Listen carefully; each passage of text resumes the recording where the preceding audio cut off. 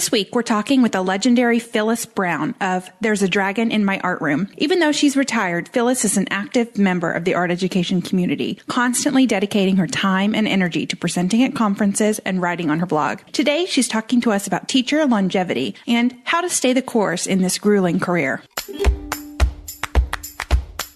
This is Cindy Ingram, and welcome to the Art Class Curator podcast, where we're taking art out of the dark with thoughtful explorations and in-depth interviews designed to ignite curiosity and delight in art classrooms everywhere. I am so excited to welcome Phyllis Brown to the podcast. Welcome, Phyllis. Hi, welcome, and I'm really excited to be here, too.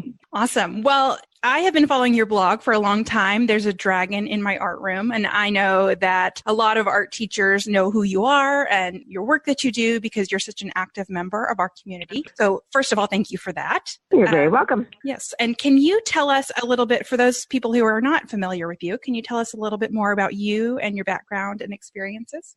Sure. I live in northeastern New York. I like to say that because when you say New York to people, they think you're from the city, but I live in the foothills of the Adirondack Mountains, and I was the artistic kid. I always knew I wanted to do something with art, but I never really quite could picture what my career would be. So I think I'm the rare bird that fell into art teaching because I didn't know what I wanted. And it was really pretty unlikely. I was sort of a reserved kid, but I was academically strong and interested in academics of all sorts and didn't want to go to a school that was just a design school. And so I just sort of magically found myself enrolled in an art ed program, and it worked out. I ended up teaching in public schools for 36 years. Wow. And I've been retired now. This is the beginning of my 7th year. I think a lot of people think of me as an elementary art teacher, but I started in a high school, which was actually pretty bizarre because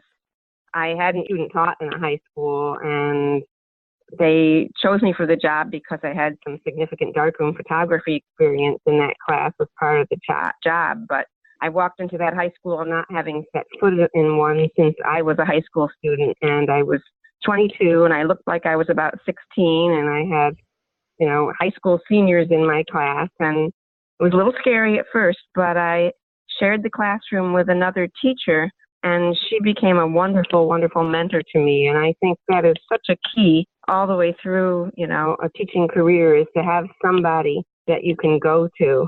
And I had a wonderful time there in that job and stayed there for 8 years until the job was cut, and somehow landed myself in the job that I stayed in for the next 27 years in a tiny rural school district where I taught first K through 6 and then K through 8. And so that's kind of my teaching background. You probably want to know how the blog came to be, right? I do. It's really kind of interesting. I think I spent a lot of my teaching career kind of being on my own. I was the only elementary art teacher in my district, and so I was in school by myself, and you're working in isolation and having to make decisions on your own. And in the spring of 2010, I had a student teacher, and while she was teaching, I was exploring the internet, just looking for ideas or lesson plans, and I happened on Deep Space Sparkle, and we all know Deep Space Sparkle and Patty Palmer.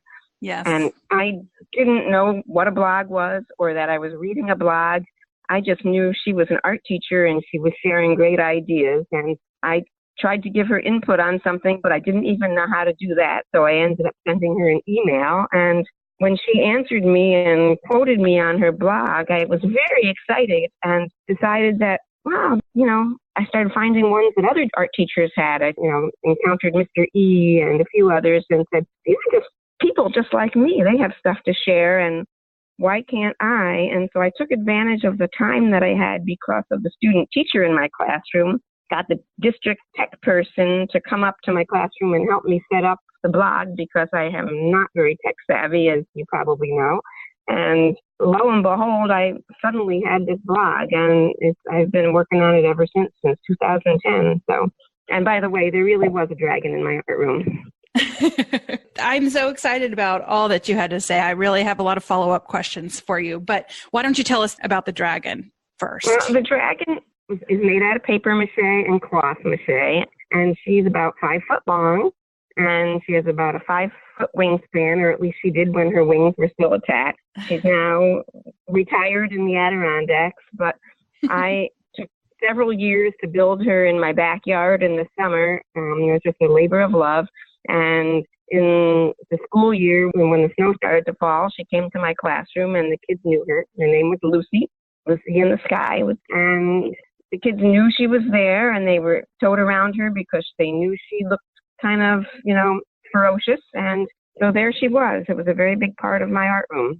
That's wonderful. I can imagine them seeing that for the first time. My 6-year-old is terrified of everything. I can imagine she would just see it and scream the first time. Even if it was the cutest thing in the world. She's scared of She wasn't that scary. I mean, I had a sign on her table, because she would either take up a table or she would hide under a desk or on top of a cabinet because she was rather large. And the sign would say, "Shh, dragon sleeping, quiet." And the kids, believed in her. They thought she was real, I think. That's so sweet. I love that. And, even when I was pregnant teaching, if I told the kids that the baby was sleeping, that they would always be extra good. So that's an awesome little trick. I love that, having a big dragon that is sleeping. It was cute at open houses when kids would bring their parents in and they would introduce their parents to the dragon. "This is Lucy, but you have to be quiet." That is so cute. I love it. So can I put a picture of Lucy in the show notes for people to see? You sure can. Okay, I would love to do that. And we also link to your blog so everybody can check out all of the work that you have done on there. I was looking through your archives yesterday, and I think there was one year where you wrote like over 200 posts. And I was like, wow, that's amazing. That hasn't been this year. I've been a little lazy lately, and it's weird because I've been composing posts in my head, and I just haven't put them on the computer lately. But I'm not done. It's funny. Once you start blogging, everything becomes a blog post in your head when you're walking around the world. I have a lot that I compose in my head all the time. That is true.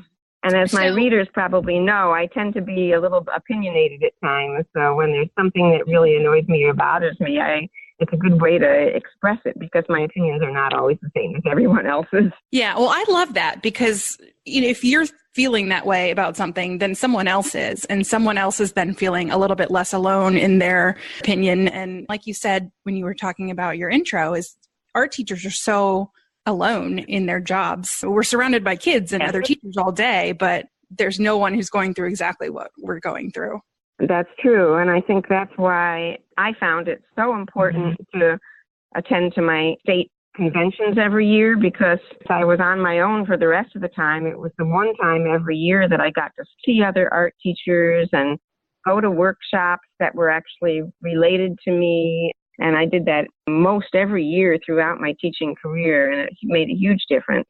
Yes. And toward the end of my career, I started realizing, sometimes these workshops aren't very good, and I think I could do better. And so for more than a decade now, probably closer to 15, 20 years, I've been teaching workshops every year at my state convention. And now for the past, half dozen or so, I've been presenting at the national convention as well. I love that you're still, even though you've been retired for 7 years, you're still an active leader in art education. So why do you still do that and present and blog when you're retired? Well, I think part of it is that it keeps you part of a community. I've made some very real friends through the blogging community and now the Facebook online community as well. And it's the one opportunity to see them every year. But presenting the workshops it's a chance to give back to the people who've been giving to you for years, but it's also a chance to share things that you're excited about. But it's also a way to maintain links with people and to stay on top of what's going on. I'm also, you might not know this, but I'm on my state board of trustees as a representative for our region. And it was the kind of thing that I never had time to do when I was teaching. So I'm using this time now that I have it, as a way to stay connected and stay on top of what's going on in art education and to give back and to be very aware of the fact that how many of us are in isolation and working on our own. And before stuff like blogging, you really didn't have anything other than going to the library and fixing through books or waiting for your annual convention. I think sometimes it's hard to get people to present. And I discovered when I first started presenting, our state used to do a written evaluation, and I would make copies of all the evaluations, and I would bring them back to my superintendent and show them, look, I had 50 people in my workshop and I have 50 excellent evaluations. And it became a way for me to get them to pay my way to my state convention every year. Oh. And it is, it's something people ought to think about because they were very cognizant of the fact that I was representing my school district in a positive way. And we're just a little bitsy school district. And and they would say, well, we don't have the money to send you this year. And I'd say, but I'm presenting. And suddenly they would find it. So something for teachers to think about. Yeah, that's a really good tip. I know a lot of people complain with these conferences like NIEA, when you're presenting, you still have to pay for your conference, you still have to pay for your hotel, and what other industry does that happen? But I love this idea of using it as a talking point to your administration and your district to get them to pay for it. I love that. Yes. Unfortunately, now as a retiree, I don't have that anymore. So I'm pretty much paying my own way. So I look at it as a chance to see people and visit and see new places and still get to be in a peer community of art teachers, which is what I like. Definitely. And one thing I think is really important about you and other teachers who have been teaching for so long is I think it's really important for other art teachers to see and talk to and be around teachers who have been teaching for 20, 30 years, because so many people leave after just a couple of years because they get so burnt out. So I thought today we could focus a lot on longevity as an art teacher and how to get through that.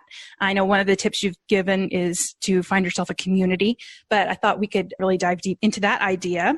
So can you answer first, since you've been teaching for 36 years, how has it changed over the course of the years? How have the students changed and teaching changed over the course of your career? It's changed enormously, and I don't know that it's all positive.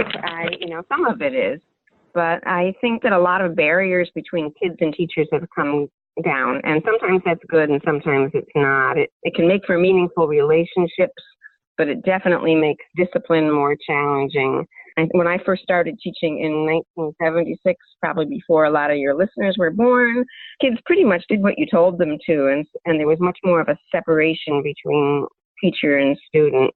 And I think another difference is that I think we've become overloaded with jargon and regulations that didn't exist before, and tests and just, and I think the concept is that it's supposed to make everything better, and I don't know necessarily that it really makes a difference at all.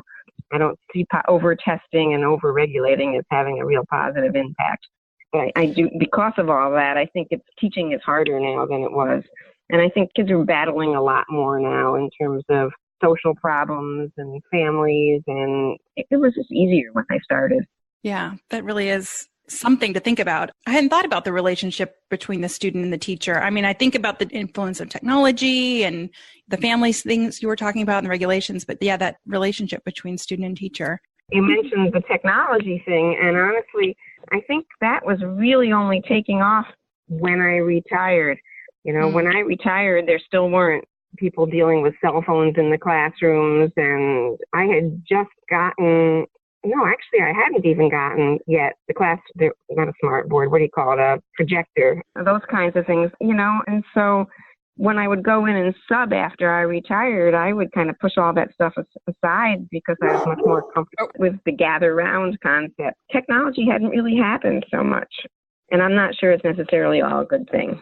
Yeah, it's definitely a balance, and there's good things about it, but yes, it's kind of scary. I think a lot of art teachers are as smitten with technology as the kids are, and I'll admit that I have my own addictions, but I think that my feeling is that kids have so much screen time in their school day, at home, everywhere, that I kind of like the concept of the art room as an oasis where they're doing things that are tactile and manipulative and kinesthetic and and as an oasis away from the technology. And so if I was still active in the classroom, I don't think I would want that technology there because I think kids need to dip their hands into gooey things. They do need to dip their hands into gooey things. I love that. And I noticed that on your blog, and this is not related to the longevity thing, but a lot of your projects that you posted about, and even your sessions at NAEA that you've presented over the last few years, are very tactile. I noticed there's a lot of sculpture and texture, and tactile, I think, is the right word for it. I was trying, when I was preparing for this interview, I was like, how do you describe her projects? But that's it. It's tactile. I love it. And I think I agree. I think there's a certain magic when you dip a paintbrush into something creamy, or when you put your hands in paper mache goo for the first time, or when you have glue dripping out of a bottle. There's a certain magic about it. And don't think kids, they don't go out and build with, in the woods anymore as much as they used to, or, make mud castles and those kinds of things.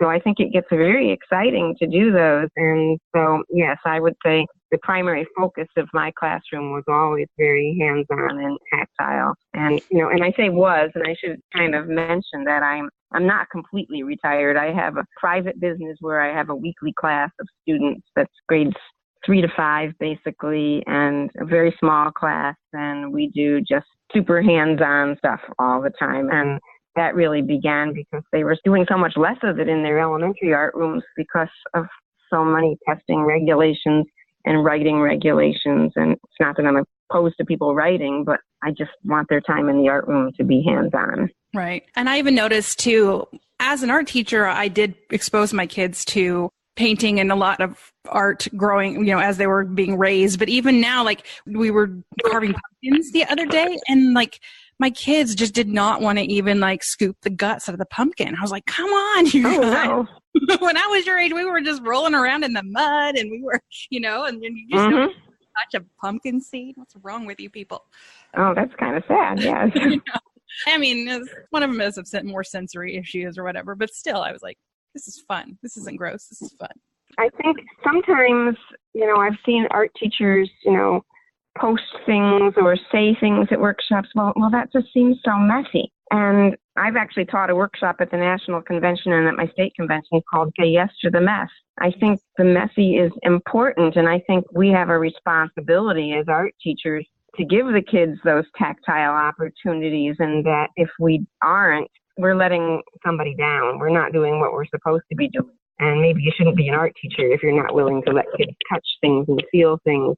And, you just have to learn how to manage the mess so that you don't burn out after a few years, so that it doesn't become too overwhelming. You have to learn how to deal with it, I think.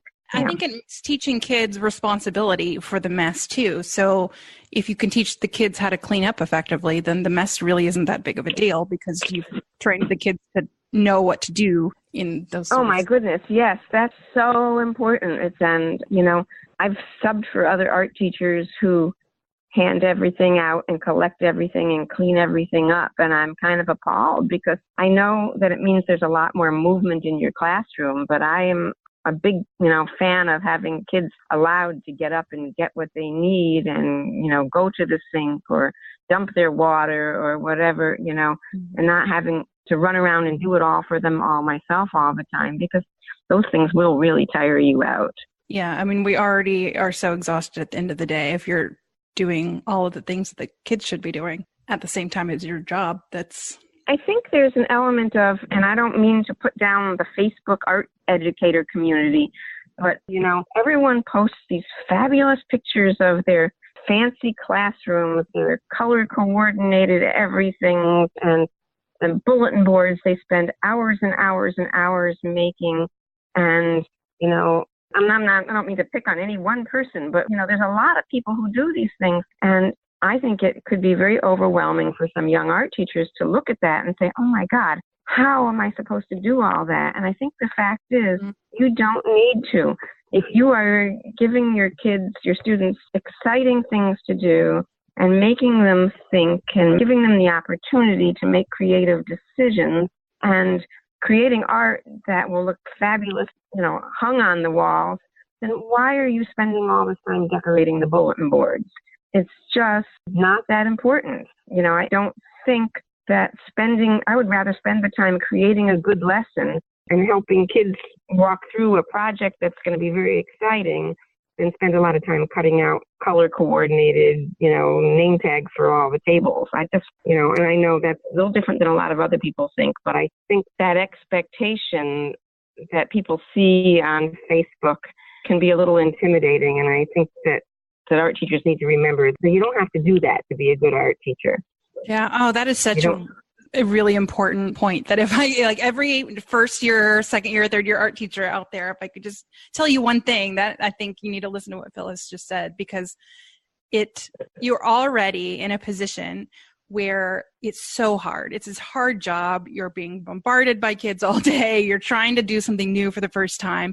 And then you add in this expectation of yourself to be perfect and to be colorful and wonderful and clean and everything sunny, when it's an unrealistic expectation that I think the internet... And the truth is, all those pictures we see on Facebook are people posting their best students' artwork. They're not posting the flops.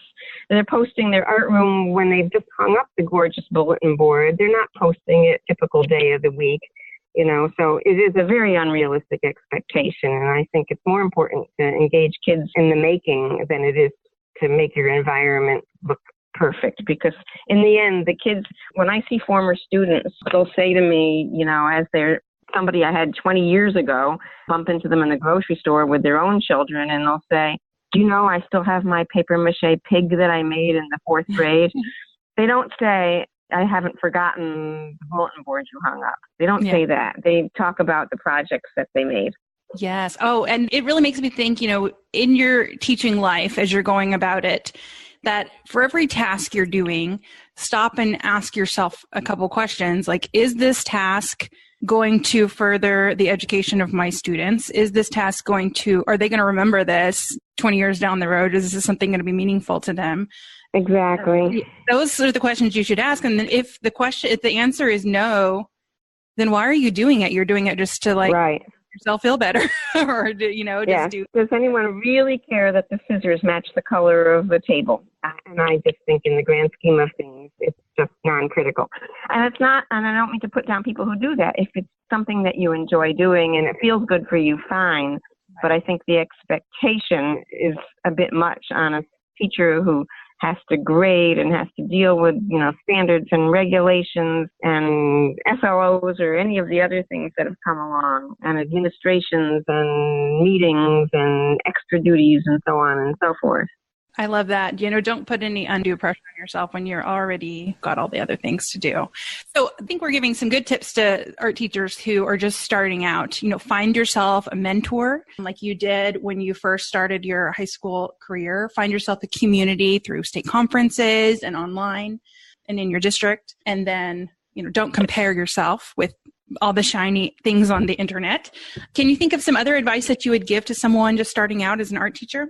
I will say, and I know not every state have unions, but if you are in a location that has a union, become an active member of your union, because, you probably don't know this about me either, but I spent 10 years as president of my local union, and I was heavily active in my union throughout my career.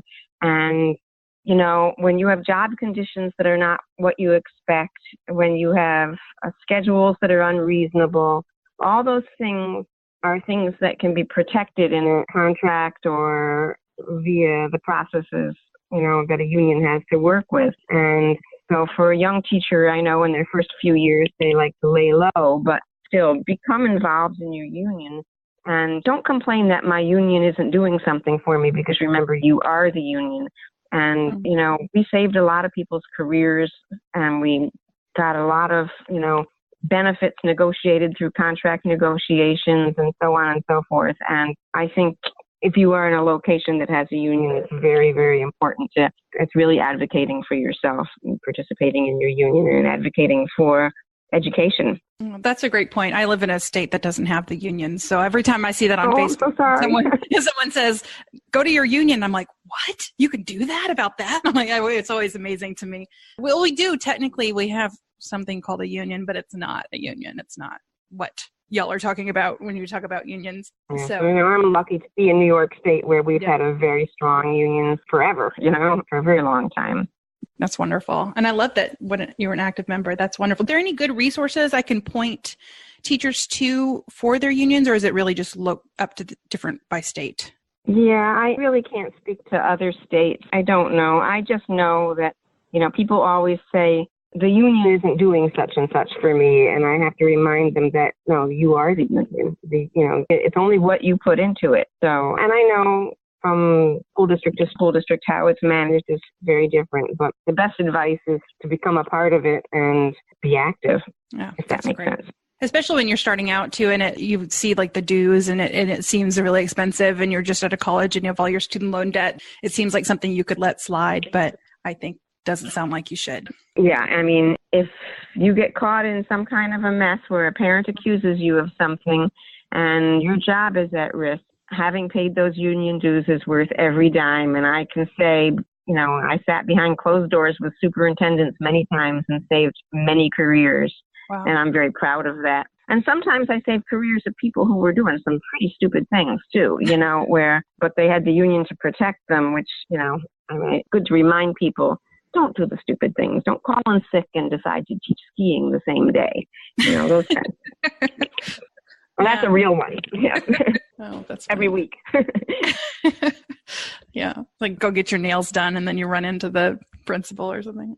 Yes. If you take a sick day and want to go get your nails done, do it in the next town. Okay. So great advice. Do you have any other advice for our first year teachers? I think, the obvious one, make friends with your custodian because you're going to need him or her. Baking cookies, whatever, do what you need because your custodian could save your life a lot of times and will. And I would say having a sense of humor and a positive attitude are just two of the biggest things. A sense of humor is really important. We need to not take what we do so seriously that, people freak out when something doesn't work out. You need to remind people, it's just a piece of paper. Just, things are going to go wrong. Lessons are going to flop. There's going to be problems. But, it's better to laugh and move on than it is to get all up in arms about it. And I had posted on my classroom wall the Maya Angelou quote, if you don't like something, change it. If you can't change it, change your attitude. Don't complain. And so if students asked in my classroom what the number one rule was, they all knew the number one rule was no whining, no complaining, because it's just so much easier to say, that didn't work. Let's try something else tomorrow. But things are not going to always work. Than it is, that didn't work. What am I going to do? Woe is me. And I think that keeping that positive attitude and sense of humor is really important because things are going to go wrong. There's probably not going to be a day where something doesn't go wrong. The kid's going to throw up in the middle of the project. There's, the paint's going to spill and you've got to be able to make it work. And I think probably having backup plans readily available or the ability to switch gears at a moment's notice is really important because we all know about the things that can and do go wrong in an art room.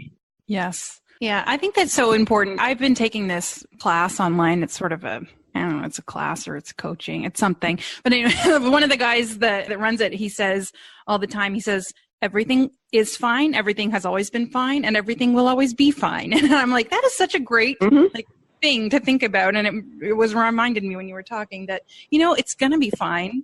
You're going to have really you're going to have more hard days than not, especially at the beginning, that it's going to be fine. You're going to learn from it. And then you'll do a little bit better. And then even if it's hard, you're going to survive. And if you laugh and enjoy your job, the kids are going to enjoy it too. If you're miserable and angry all the time and unhappy, they're going to see that and they're not going to be happy in your classroom.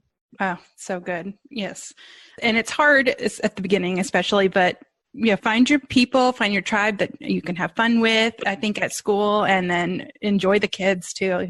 I love that. I was going to say one more thing. And if you find something that works, a lesson that you really like, don't feel like you have to reinvent it every year. Don't be afraid to have that, come back year after year or every other year or whatever. You can always tweak it and change it a little bit. But, don't feel like you have to reinvent the wheel every year in order to be a good art teacher. Oh, yeah. I love that. And write those things down. Like, even if it's not a blog that everyone else sees, like when a lesson goes really well, spend 2 minutes, write it down so that next year you can just go, that worked really well. I remember that. Let's do that again.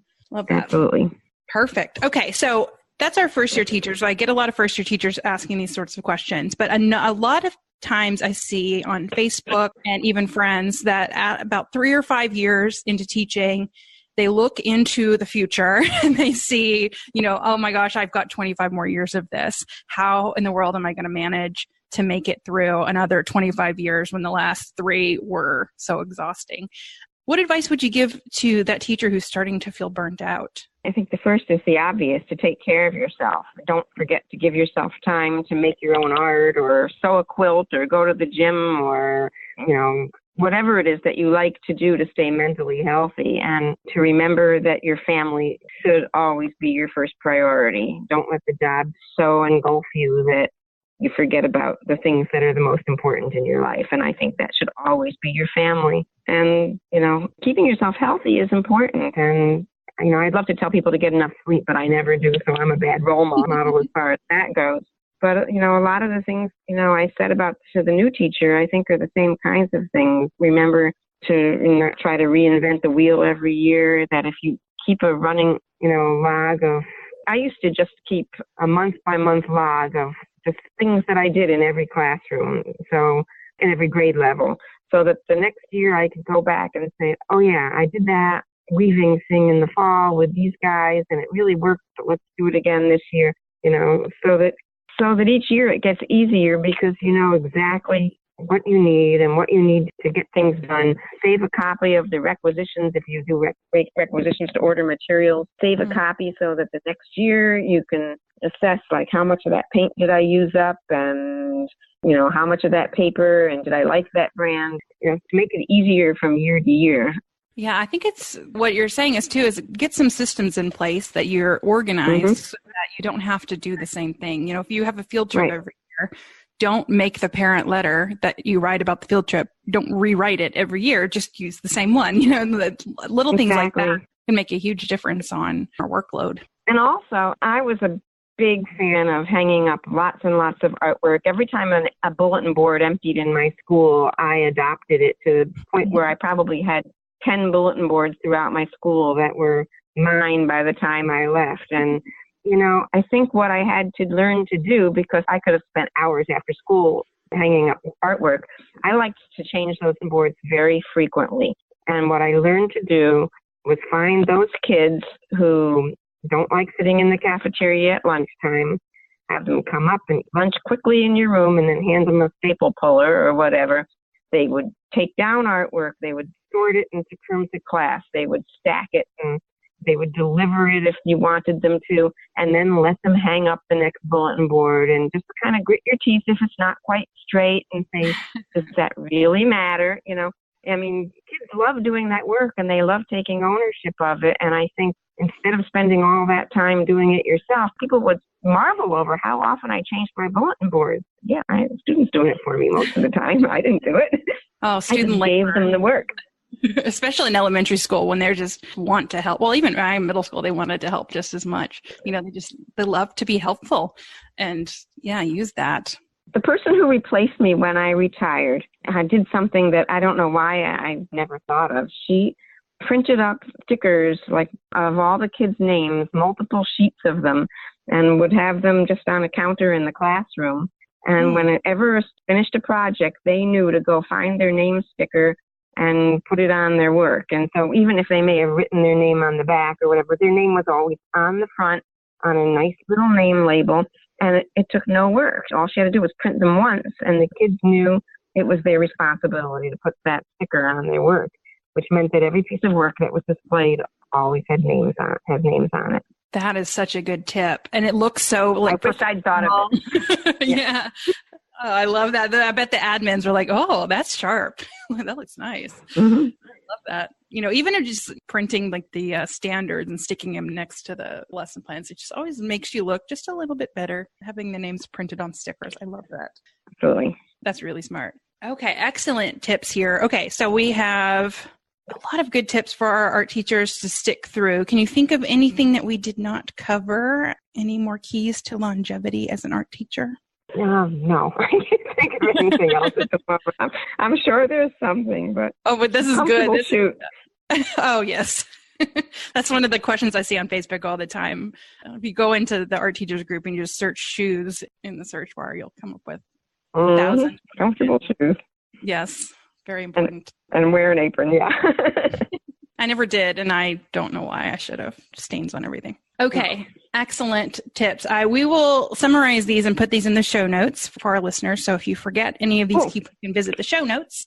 And also links to Phyllis's blog. There's a dragon in my art room. Do you have a favorite social media that you would want to point anyone to? My personal life and my art teacher life have kind of gotten bundled up together somewhere. I do also, other than the blog, I also have Instagram at There's a Dragon in My Art Room. And it could be as much just photos of kayaking as it is of an art thing, but you never know. So there's plenty of art education stuff in there. And I also have a Facebook page for my business, Dragon Wing Arts, which is my after-school art class program. So, other than that, like I say, I'm just on Facebook as myself, which maybe is a mistake because the boundaries have gotten a little blurred. Yeah. I just really love that you can tell that you're doing what you meant to do in this life when you're 7 years retired and you're still, on podcasts and presenting and teaching. And I'll tell you, this past week, my after-school class, who was doing something that I'm really excited about, got canceled because we had a squirrel holed up in my classroom. I saw you put that on Facebook. And I have missed it so much. It was devastating to me to not be able to continue building this crazy papier-mâché project that I can't wait to share. Did you get the squirrel out? The squirrel was caught, yes, was removed as of this morning, and now there's a lot of cleanup to do, unfortunately. But had the squirrel is gone. Of my old house once, and we couldn't figure out how to get that thing out. He finally clawed his way out of the roof. I would have to move. We all have the things in our life that we're afraid of. Give me a spider any day, but a tiny little mouse, any kind of rodent, and I'm done. Yeah, it wasn't pleasant at my house either. Oh, well, I'm glad you got it out. But I love, that you missed your kids. That's wonderful. So I think this is a good stopping place. But I do have one more question, which is what I ask all of my guests. And that is, which artwork changed your life? And, I was looking through all your questions that you were going to ask me today. And I was like, she was going to ask me my favorite projects, and that's an easy one. She's going to ask me this, and that's an easy one. And the which artwork changed your life one was the toughest question. And I started, going through, do I mention David Hockney's Nichols Canyon? Do I do something, a Matisse or a Suzanne Valadon or a Picasso's Girl Before a Mirror? And I started saying, well, this isn't working for me. I can't even pick one. I've picked about 20. And then I remembered a piece that really made a difference to me. When I was a kid, back when telephones had cords, so there was a phone in my parents' bedroom that was the only place you could talk to your girlfriends privately. And on my parents' bedroom wall was a very large, framed, beautiful charcoal drawing, a reclining nude by my artist grandfather, Harry Levine. And he was a sculptor, mostly a wood carver and sculptor. And so the shading on it was very sculptural, and it had a real solidity to it. And, and I didn't know of any of my friends who had nudes hanging in their homes. And here it was, this giant, dark, kind of smoky looking thing in my parents' bedroom that was very seductive. And years later, my brother told me he always secretly thought the woman in the drawing was our aunt, which I'm sure it wasn't. But that piece really moved me. One of my brothers still has it. There was something about the solidity of it and the fact that it was okay to have a nude hanging on your wall, and that my parents had it really impressed me, and that my grandfather had made it. That's wonderful. Lots of different layers of connection to that one artwork. And it doesn't have to be some famous artwork in a museum that, it can be something personal. And well, I will say about my grandfather, Harry Levine, who I have blogged about from time to time.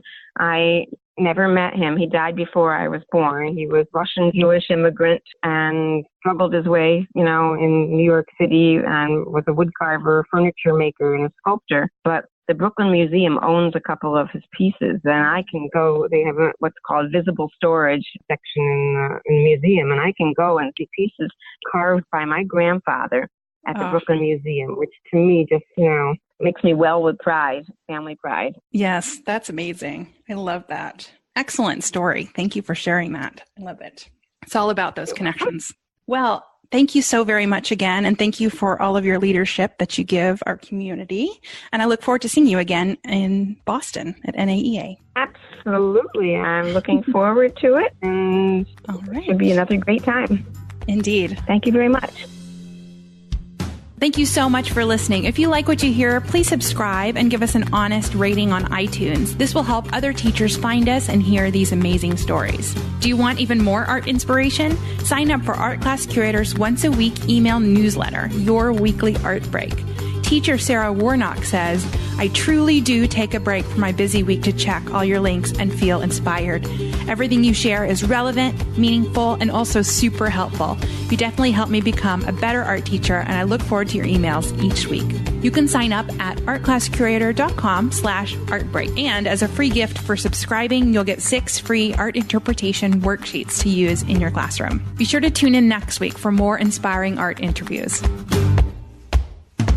Thanks again to Phyllis for her service to the field and her awesome advice for new and returning teachers alike. Be sure to check out the show notes at artclasscurator.com/27 to learn more about Phyllis's work and everything we talked about today. Next week, we're keeping it in the family with the daughter of one of my past guests. One of the most popular episodes of the Art Class Curator podcast so far is number 15, Play-Based Art Education with Dr. George Sekeli. Today, I interview his daughter, Dr. Ilona Sekeli. After growing up with such a creative and thoughtful father, it's no wonder that Ilona is such a delightful and insightful woman. Keep listening to hear a preview of my interview with Ilona.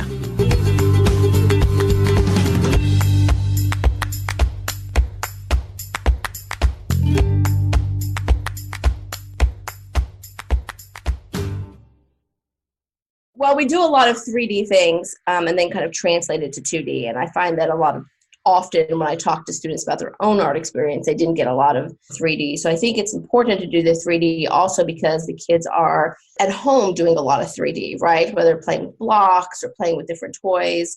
I think using that first and then translating it into the 2D can be really important. So kind of having that relationship where we're not just doing things like still lifes with objects that I think are important, but actually taking some of the things that they think are important and then having them manipulate, play, and take those things to the 2D and maybe back again. So